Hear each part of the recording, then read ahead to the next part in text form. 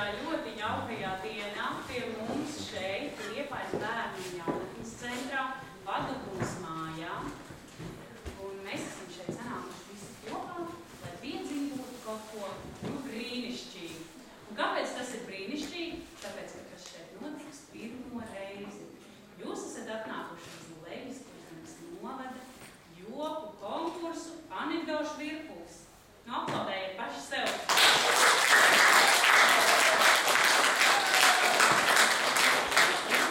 Paši pirmie dalībnieki. Līdz šim šajā novadā tādu dalībnieku nekad nav bijis. Un pirmie tas vienmēr ir īpaši. Un tā kā jūs esat atnākuši pie mums, tad es aicināšu jums arī tādus vārdus uzrunu, dzeļa vārdus pateikt mūsu direktorai Indai Augstiņai.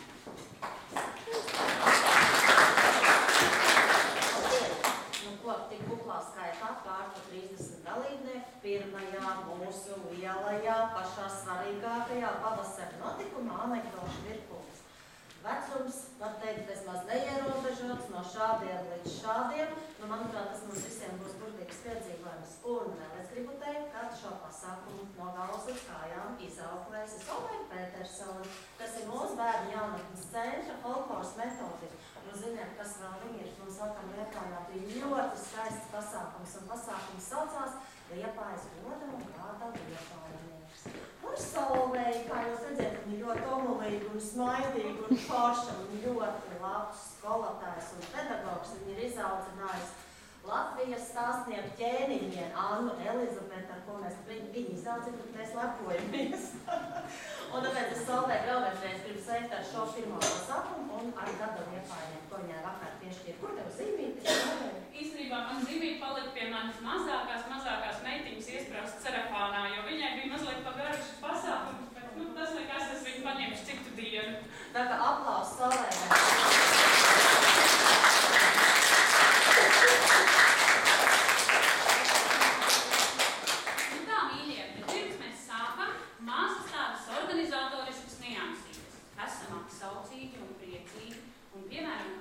Bērni runā, nestaigājam iekšā ārā. Ja kādam ir kāda nepieciešamība, sagaidām, kamēr ir aplausi, un tad dodamies ārā vai iekšā.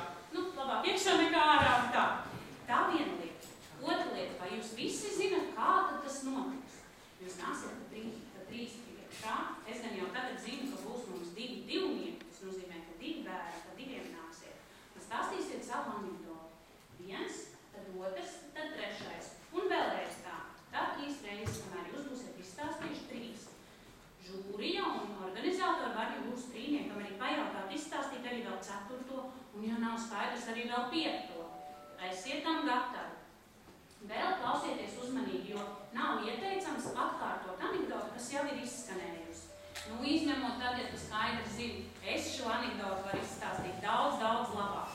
Tad drīkst stāstīt vēlreiz šo anekdotu. Nu tā, ko es vēl gribēju pateikt? Vēl es gribēju teikt, jūs ziniet, arī no trīnieku kādiem bērniem būs jānāk sēdēt atpakaļ skatītāju zālē, bet kādi bērni, kas būs veiksmīgāk, dosies un sēdīsies smīdinātāju krēslos, kas ir speciāli šim nolūkam šeit nolikt pašā priekšā. Nepārdzīvojiet, jo jūs jau redzat, krēsli ir gluži vienādi. Tie ir vieni un tie paši. Un kā joks var klausīties no šīs vietas, tā arī no tās vietas. Jo es domāju, ka mums viss būs ļoti jauki un priecīgi, un mums visiem nāks smieku. Arī centieties atbalstīt savus konkurentus, jūs varat droši pasmieties, ja jums nāk smieku nāk, ja nenāk, nav jāsmējās. Nu, vai mēs varam sākt, kā jums liekas? Jā. Nekas mums te nepiedūst, mēs varam sākt, ja? Vai ne? Tā mums ir ļoti nepieciešama. Bet, lai mēs varētu uzaicināt žūri, mums kaut ko grib pasakīt. Klausieties, kādā karavvalstī dzīvoja ķēniņš, un viņam bija neiesmīdināma princese. Visādi viņi centās viņu iesmīdināt, bet nekas neizdevās. Ķēniņš kļuva gluži bēdīgs un pasludināja pa visu pasauli tādu vēstu. Kurš man meitu iesmīdinās, dabūs pusi ķēniņvalsts un pašu princesi par sievu. Vai jums uzdevums skaidrs?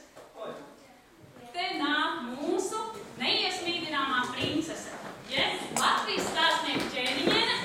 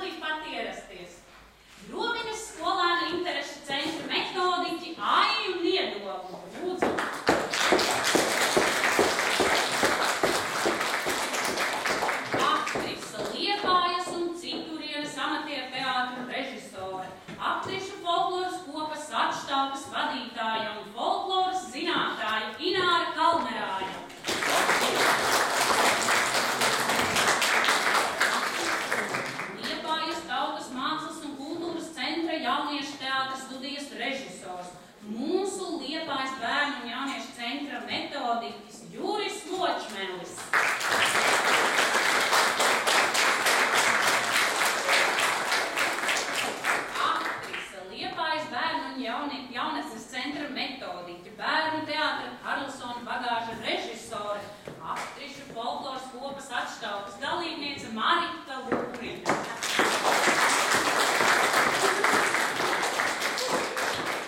Es domāju, ka mums ir viss kolosālākā žūrija no visiem iespējamiem konkursiem, kādi vien man nāk prātā. Un vēl pēdējais, ko es jums pateikšu. Žūrija jūs novērtēs ar šādām seiņām, parādiet mums visu.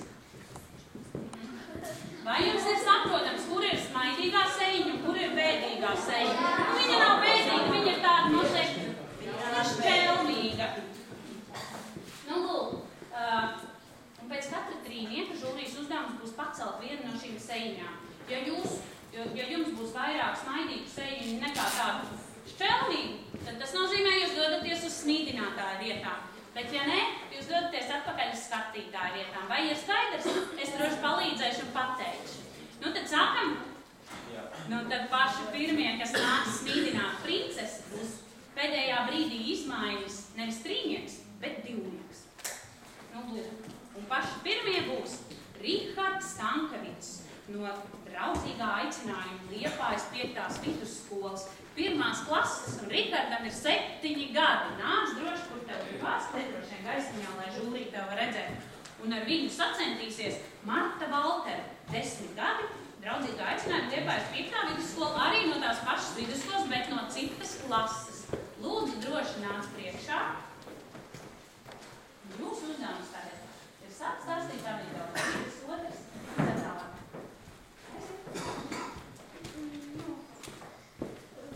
Jānīts pirmo dienu atnāk no skolas, viņš priecīgi sauc: Māmiņ, es jau iemācījos rakstīt! Zēns paņem papīru un māk visādus līkumus.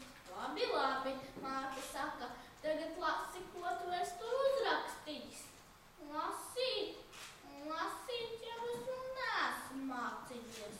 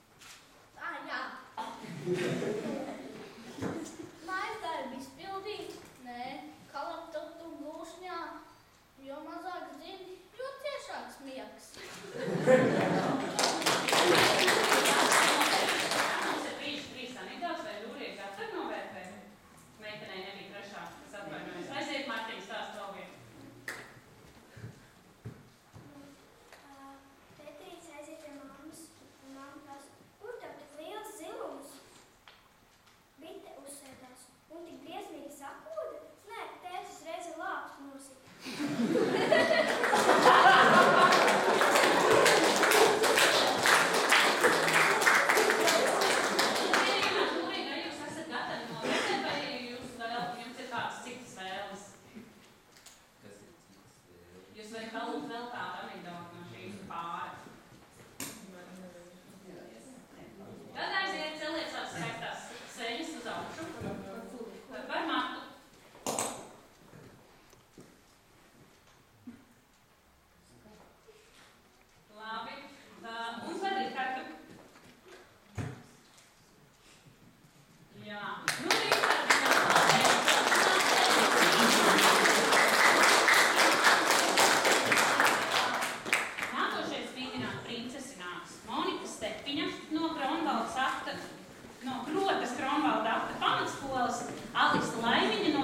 5. vidusskolas un grieķu griezīte arī no 5. vidusskolas.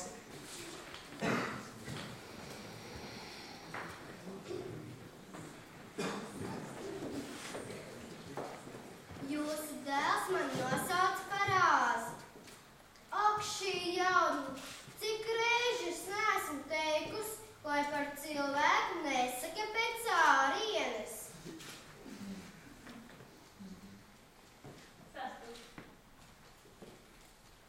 Sargs noķērs puisēm uz zogābols.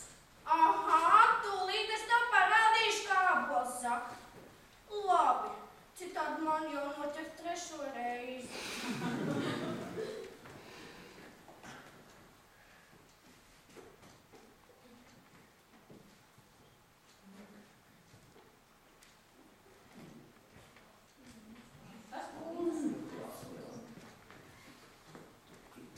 Dakter, man bieži uznāk atmiņu zudums.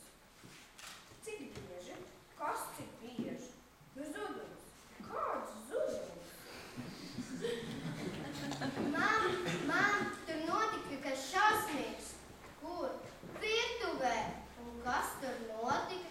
Katliņā ar pienu ielēca peli. Un tu viņu izvilki. Nē, es izdarīju vēl labāk. Es iemetu tur arī karķi.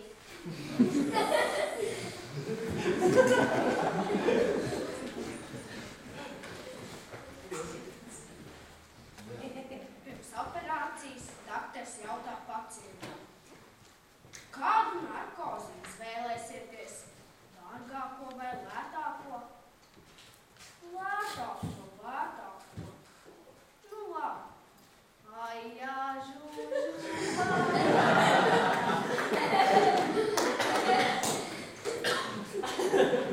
Rindā stāv tievais un resmais. Resmais saka tievajam, paskatoties uz tevi, var redzēt, ka valstī ir krīze. Tievais resmajam, paskatoties uz tevi, var redzēt, ka pie tā esi vainīgs tu. Man nāc palīgā, es apgāzu trepes. Un ja tēvs to uzzinās, viņš jau zina, viņš karājas pie lustras.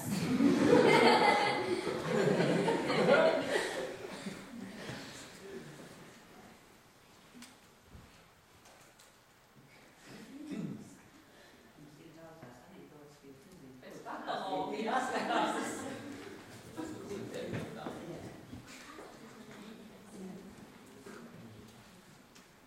Doktor, man no auss ārā aug kartupeļus. Dīvaini gan. Nu, jā, ka dīvaini. Es tak iestādīju redīs.